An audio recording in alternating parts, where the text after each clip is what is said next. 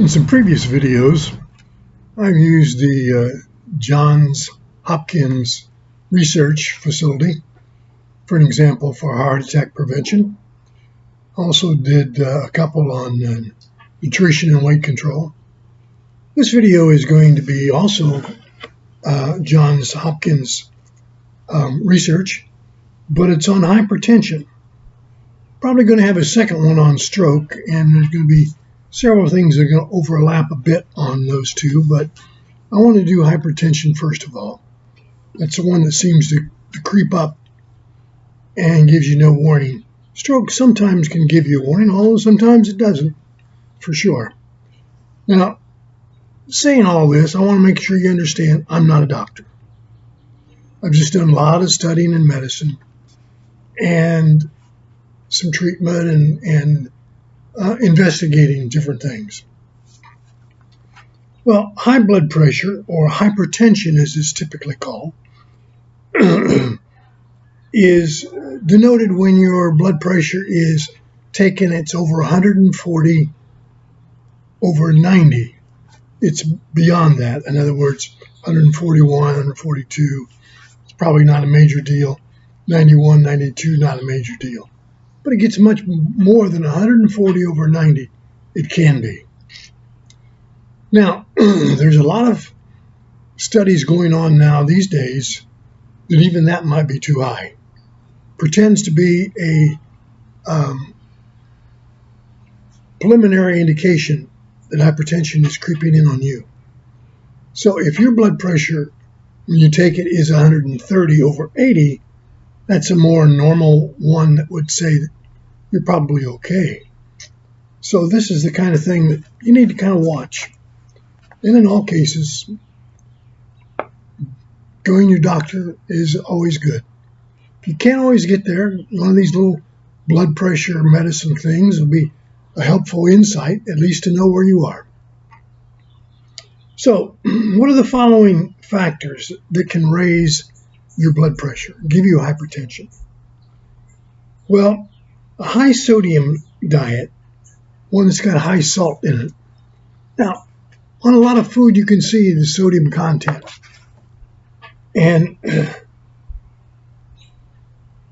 if your salt is 40% sodium and 60% chloride,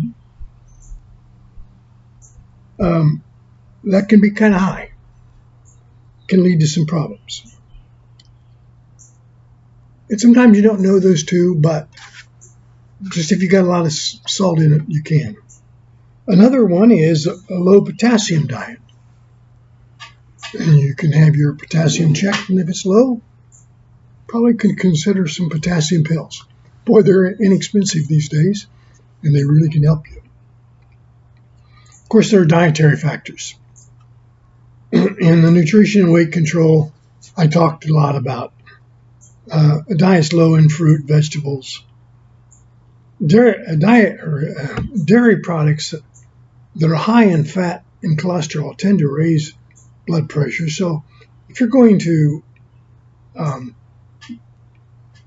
be concerned about it, you need to eliminate some forms of the dairy products, or at least limit some of these things. The DASH diet is not the only eating diet that lowers blood pressure. There's vegetarian and Mediterranean style. Now, vegetarian can be a little bit dangerous for many people, especially if that eliminates most of your protein, which is where you get protein is when you eat red meat and some dairy products and those kinds of things, cheeses, whatever, that are pretty much eliminated by vegetarian diets. A Mediterranean-style diet probably is a little more helpful. I would go online and find out what that really is.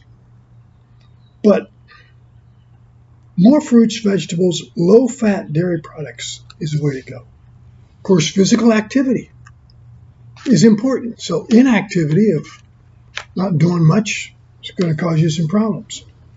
Obviously, if your weight is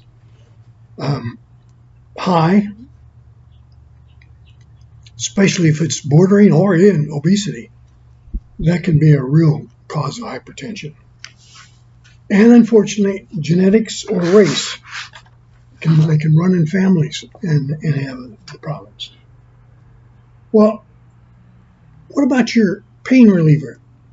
Does it raise your blood pressure? Well, like most things, some studies in the past gave us some things that were pretty good, and now new studies, new surveys have indicated that they may be outdated. For an example, it was talked that did some studying that inflammatory drugs like NSAIDs, shortened to NSAIDs, and maybe even some of the over-counter pain relievers, like the NSAID with aspirin, sometimes prescribed for preventing a heart attack, actually, were fairly safe. Celebrex may be the pain reliever's last resort and must be taken safely with a doctor's prescription, or at least understanding. But now there's growing indication that some of these inflammatory drugs, the NSAIDs, which include aspirin and even Tylenol, may raise blood pressure. And that's a problem if you have pain and you're trying to watch your blood pressure. That can be a hassle. So what they say is, if you feel like you must have some pain relief and you haven't gone to a doctor to have it checked or whatever, 500 milligrams of acetaminophen, which is typically Tylenol,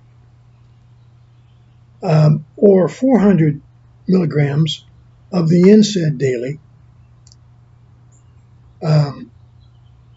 2 times a day,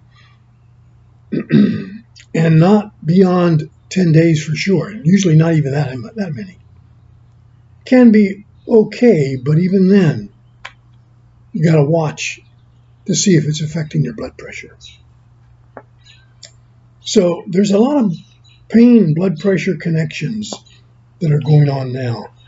And so there could be a lot of painful choices in effect that the lowering effect doses for the short period of time can possibly give you some relief, but if they don't, and your hypertension, your blood pressure is still creeping up, and you're still having pain, you better get in to see your doctor and see what he's got. Now, there are secondary hypertensions.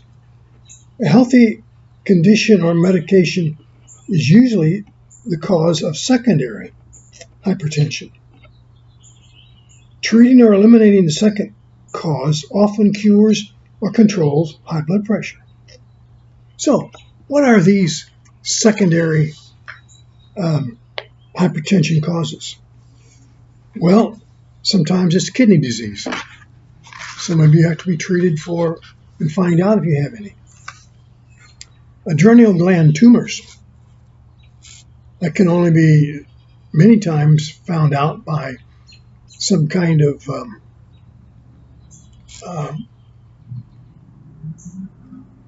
scan or whatever to find out if you have a tumor. It can be hormone problems. Typically, if you're a female, that can be a concern, but even a male who has testosterone problems may have it. And then, of course, there's sleep apnea. Now, what is that? It's when your breathing stops periodically when you're sleeping.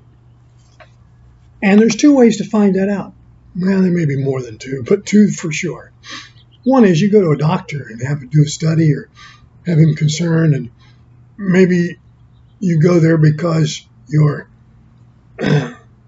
mornings are really stressful and you're just so tired, and you probably just didn't sleep well. You just kept getting awakened. The other one is if you put a microphone or some kind of control device while you're sleeping, you can hear yourself.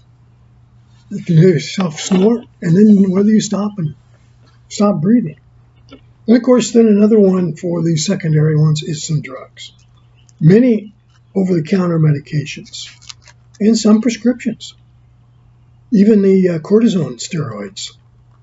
A lot of them, I won't go to all of them. I might do that on a secondary video when I get into taking a look at strokes for whatever. So prevention of hypertension can be really important. And it gets into stroke as well. And so when I talk those, as I said before, some of them are going to overlap a little bit, but it's important now. There are long-term complications of hypertension. And one of those is stroke, unfortunately. Another one is heart disease. And that video that I did for heart prevention was an excellent one. In fact, I did 3 individual ones. And obviously some of the other things that you can have with your kidneys or your glands or whatever can cause them. And 2 lesser known but still important hypertension complications is it can cause or start to creep into dementia.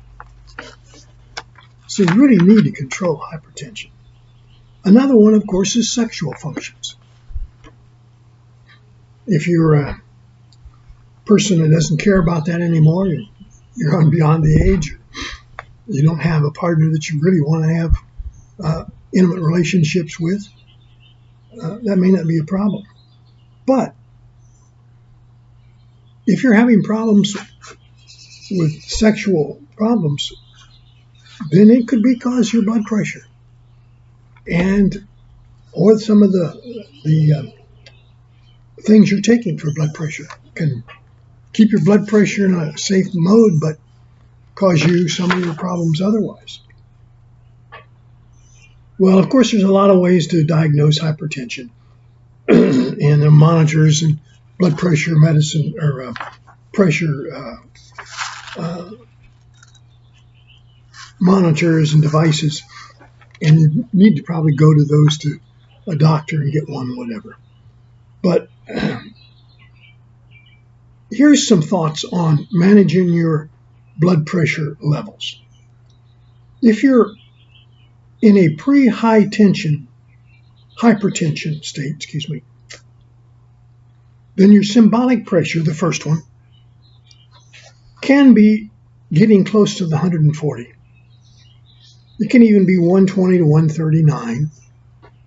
Your diastolic blood pressure reading, which is the lowest one, can be close to 90, like 80 to 89. And if you get into that range, it's probably not serious, but it can be kind of a pre-hypertension. You might want to kind of watch it.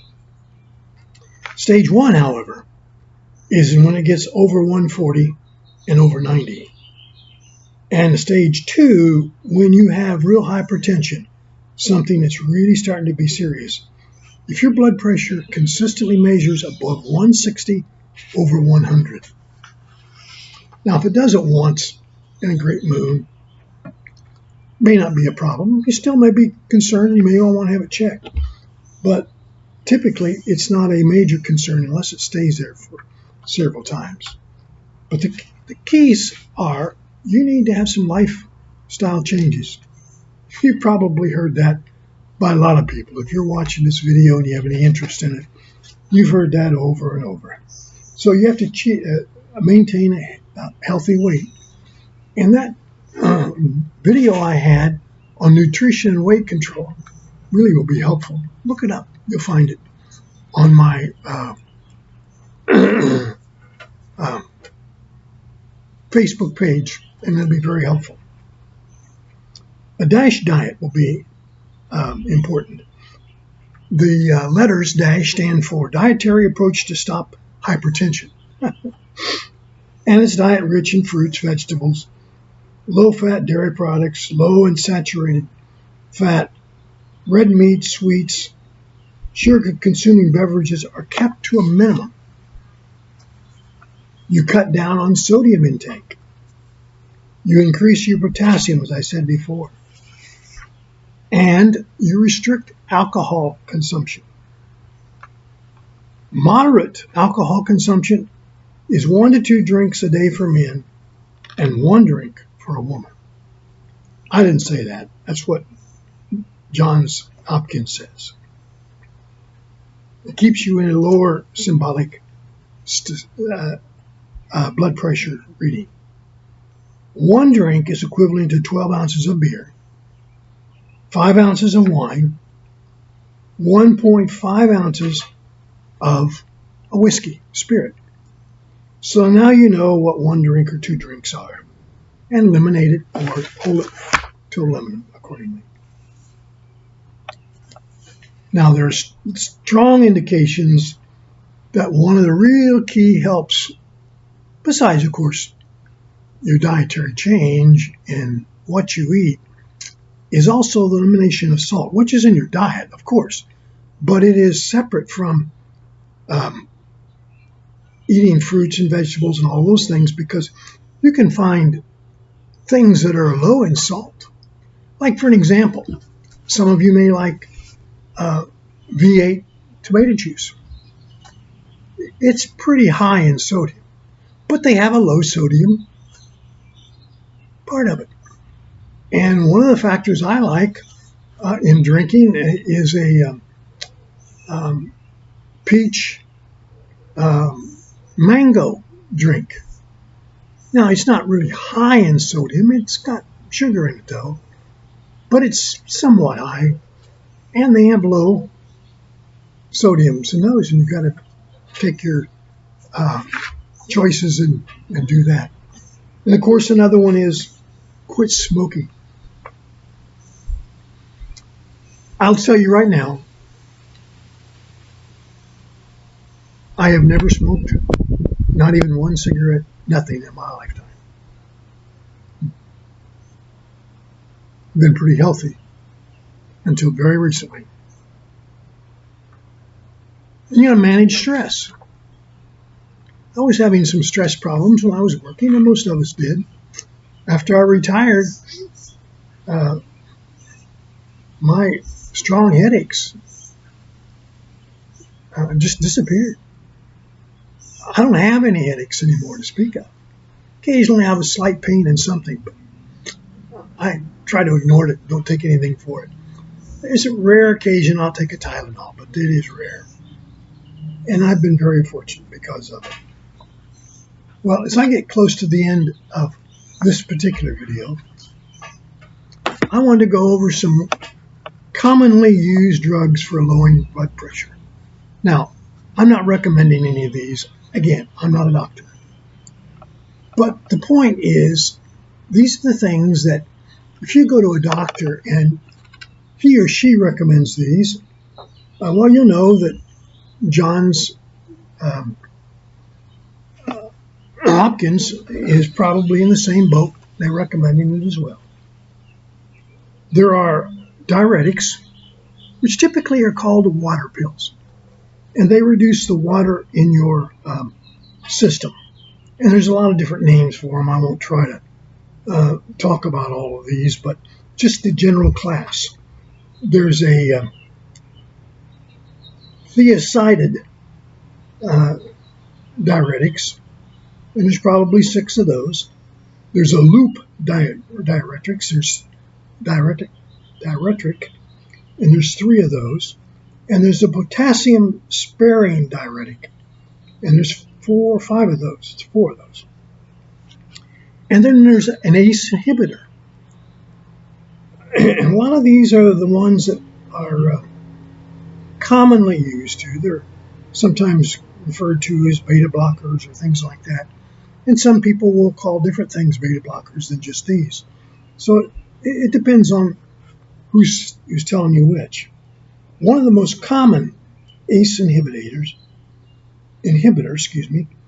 is Prevnar and Zestrel, and it's commonly referred to as lisinopril.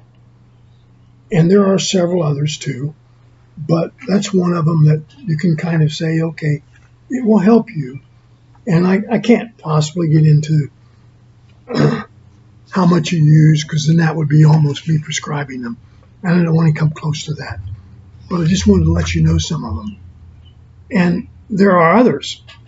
There are a whole group called beta blockers, separate from that. Probably 8 or 9 of those.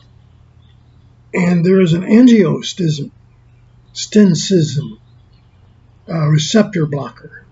Several of those. I may be pronouncing that wrong, sorry. And there's a calcium channel blockers. And these are good, especially if you're low in calcium. It gets calcium as well. Now, there are people who are